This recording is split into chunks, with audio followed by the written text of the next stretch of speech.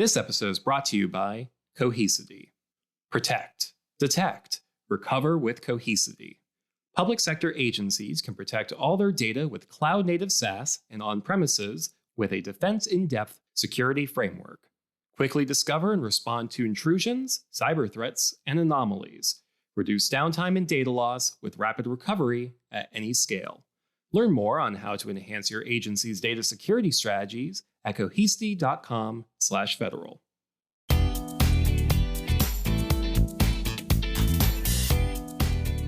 Welcome to Cybercast, decoding today's cyber issues. I'm Alexander Bolova, production lead at GovCIO Media and Research. With me today is managing editor Ross Gianfortune. Ross, welcome to the show. Hi, Alex. Thanks for having me on. The federal government is serious about data security, but the practice of securing data is an ongoing and, frankly, complicated situation. With millions of employees, the federal government has many users accessing data, thus opening up security holes and making agencies vulnerable to a variety of breaches. Cybercast has hosted an array of federal IT officials discussing just this very topic. They've talked about the successes they've seen, the challenges they've faced, and the future of data security in a rapidly evolving threat environment.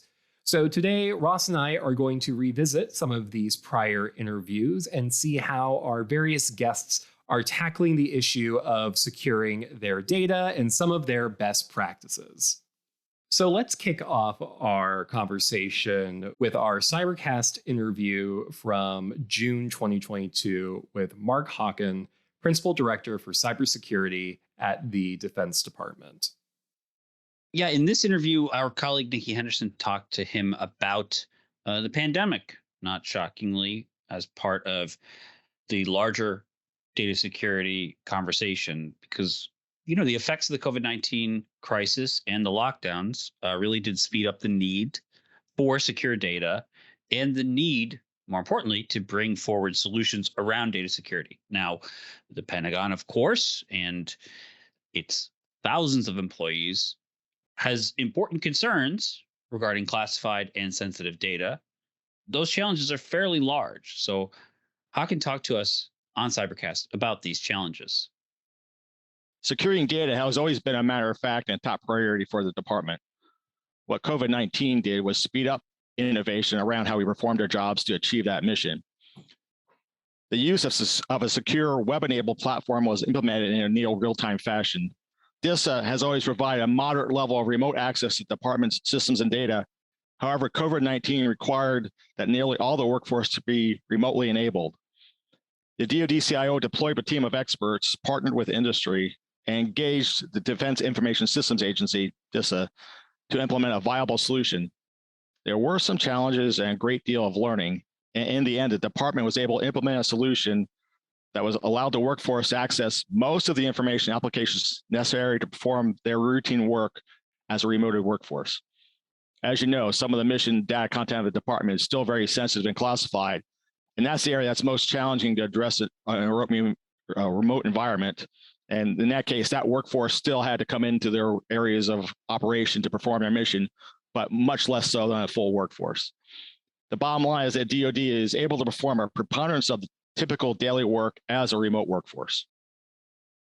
Government-wide, zero trust implementation is as important as anything, but there isn't an easy out-of-the-box solution. Lieutenant General Maria Barrett, who is Commanding General of Army Cyber Command, spoke to Cybercast about the importance of zero trust and the ways that agencies need to personalize implementation. When you talk about zero trust, a lot of people might tend to think that there's a one solution, that you can go to the store, go buy a box of zero trust, and then implement that and we'll be done. Anybody who's been looking at this in the department understands that it is a framework and it is about implementing certain types of technologies and solutions in a way that actually gets to this piece of really understanding your users, understanding the security of the data, and understanding the resources in a way that is less about boundary security and more about securing the data, understanding data at rest, understanding data in transit, which is one of the things that we talked about in that panel. And so as we have taken a look at the existing and programmed capabilities that we have for the Army, we can implement them according to the zero trust principles in a way that delivers and meets the objectives for the DoD mandates. So we believe when we submit our plan, it will be acceptable to DoD in terms of our approach. When users access data, the security requests can span the gamut. Data tagging and getting those policies right to the data layer are really important. Coast Guard Deputy CIO Brian Campo told us in January about all the ways to get this right. I would start by saying from a data readiness play, it is really important from cybersecurity because it's sort of foundational to the way cybersecurity needs to move, which is moving those security boundaries out from the applications and the network into more of per request, per connection. And so, we just stood up our Office of Data and Analytics, which is where our CDO lives for the Coast Guard. And so coordinating with them on things like data tagging, getting our data warehouses in play, making sure that as our data folks are building up these large data platforms, that they're thinking about security from the beginning. And then from zero trust, right? So one of the pillars of zero trust is the data pillar, which means getting data tagging done so you know what data is being requested, and then you can start bringing policies into play. So you can move from a sort of per connection basis or per application basis for your security to really very granular security requests, and being able to apply policies at the data layer, I think, is where we want to be. We've got a lot of work to get there. But that's sort of where we see data being able to play from a cybersecurity perspective. And then the other piece of it is just having these data platforms so that we can crunch huge amounts of data security information, right? We talk about our incident and event management. That's a lot of data coming into this. Understanding that data, being able to have data platforms where we can evaluate it. We have visibility into that. All of that plays. So I think data is a huge frontier for us from a security perspective. Cyber criminals are as interested in data as much as they are interested in anything. Adversaries, non-state actors, and others, they want their hands on data. Former U.S. CIS Deputy CISO and Chief Cybersecurity Architect Adrian Monza spoke to Cybercast about the thought and the deliberation that goes into protecting the data at agencies from bad actors worldwide. I think data security and thinking structurally about data security is a really important piece. Really, when I look at the threats that we're facing, a lot of those threats are really revolve around data security. We've seen that with the number of high-profile breaches, both of government and the commercial sector. Data is a lot of times what adversaries are after. And so making sure that you're really paying attention to data security, to the confidentiality of it, to the integrity of it, and to the availability of it really is I think, going to be something that people are going to have to look to. And I think it's more difficult because it's very individual to every organization. There's no one size fits all to data security. And so I think that makes it harder. There's not a COTS product that you can buy. There's not a vendor who's going to come in, who's going to solve your problem in 6 easy steps. It's something that really you have to know your business, you have to know your systems, and you have to really sit down, think hard, and think strategically about. Where does data security have to start? That's one of the most pressing questions inherent in modernization processes, especially when it comes to data security. In September, Jeff Spaeth, Deputy CISO and Executive Director of Information Security Operations at the Department of Veterans Affairs, spoke about his agency's endpoint protection program. So our endpoint protection programs and tools that we're looking at, without going into detail about naming specific tools, we're looking at them to meet the requirements that ensure our strategies in securing the VA data, both on-prem in the cloud. How do we get those? How do we use cloud access security brokers? And then how do we make sure that we are purchasing tools or implementing tools that not only work in the actual physical environment but also the virtual or cloud environment. And that's all done to secure our data, our users, our systems that, provide services to our veterans and their dependents. Lieutenant General John Morrison, Army Deputy Chief of Staff, G6, spoke to GovCast last year about the Army's Bring Your Own Device plan. All these devices connecting means lots of data security questions. So Morrison reinforced the cloud-based nature of data in the 21st century in our conversation. Data security, after all, isn't the same as securing, say, a building or a person because of the cloud-based nature of it all. Because it's not on the personal device. The data is all in the cloud. You're merely visualizing it on a personal device. And because we're able to centralize it that way, we're able to really put the appropriate cybersecurity and defensive overwatch onto the data that we have there. And so I do have to reemphasize, while you're looking at it on a personal device, the data is never on your personal device.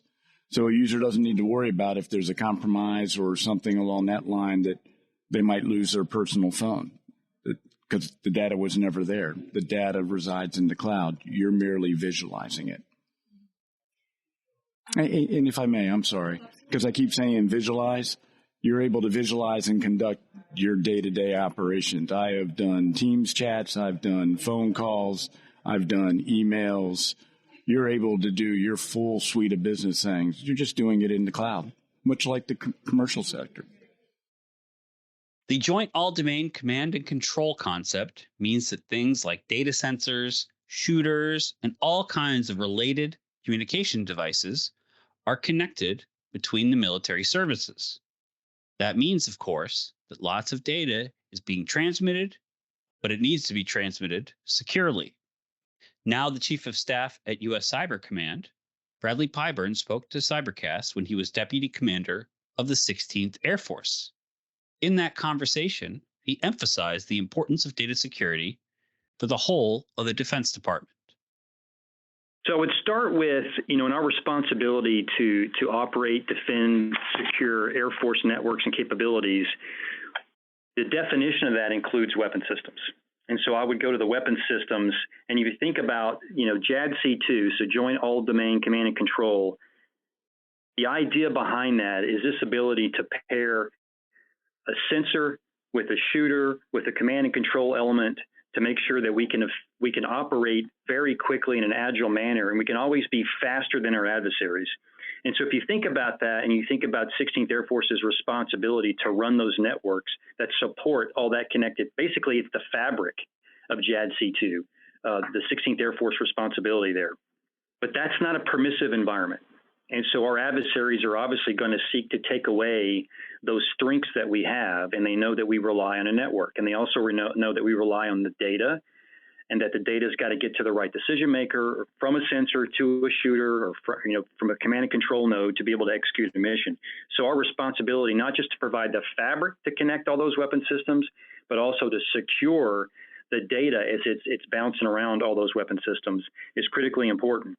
And so that's just in operations. But if you think about this idea of how do we build a future war-fighting fabric that's agile and fast, that does all these things, the advice and the counsel that we can give to our Air Combat Command and our acquisition professionals at Headquarters Air Force to help shape the future to get it right based on what we're learning each and every day. And the last thing I would say is the data piece. I can't stress the importance of data. And we'll talk about this, I'm sure, throughout the podcast today. But, the traditional way of looking at cybersecurity is pretty much a castle moat analogy, and defend the walls, defend the boundaries. But we have to look at it differently, and that is it's all about the data. And where is your data? Do you understand where your data is, what networks it's traversing? Is it encrypted? Is it protected? Can you secure it, and can you ensure its confidentiality, integrity, and availability so that you can make the right decision at the right time? So I think from a 16th Air Force perspective, we have to make sure what we have today operates in the most effective, efficient, and secure manner. But then our ability and our responsibility, frankly, to advise and to shape, the future is really important too. Thank you, Ross. I guess in summary, when we're looking at data security, the best practice is just not to copy somebody else's data security plan just because that's what they're doing. Everybody's data situation is unique. It's being used in different environments for different purposes. And ultimately, it's about prioritizing protecting the data over the infrastructure itself. Ross, did I get that right? Yeah, absolutely. Every agency has different needs and has different structures and systems by which they transmit, collect, and use all of these reams of data. I cannot say this enough, and I know I've said it on different shows of ours. The government produces so much data, and it is so valuable. So protecting it in the cloud, or when it is being copying on devices as computers, that's what they do. They copy things. It's really paramount to success in cybersecurity. Definitely. Well, Ross, thank you for taking this trip down memory lane with me and giving our listeners a chance to hear about some of the best practices in data security over the years here at Cybercast. If you like what you heard, make sure that you're subscribed to Cybercast and leave a 5-star rating and review as well. We'll be back next week with a brand new Cybercast, but until then, I'm Alexander Bolova. I'm Ross John Fortune. Thank you for listening. Cybercast, along with GovCast and HealthCast, is a production of GovCIO Media and Research. For more podcasts and to check out the other shows, head to govciomedia.com. Watch out for new episodes released every Tuesday and Wednesday across our shows. You can follow all of them on your favorite podcast platform.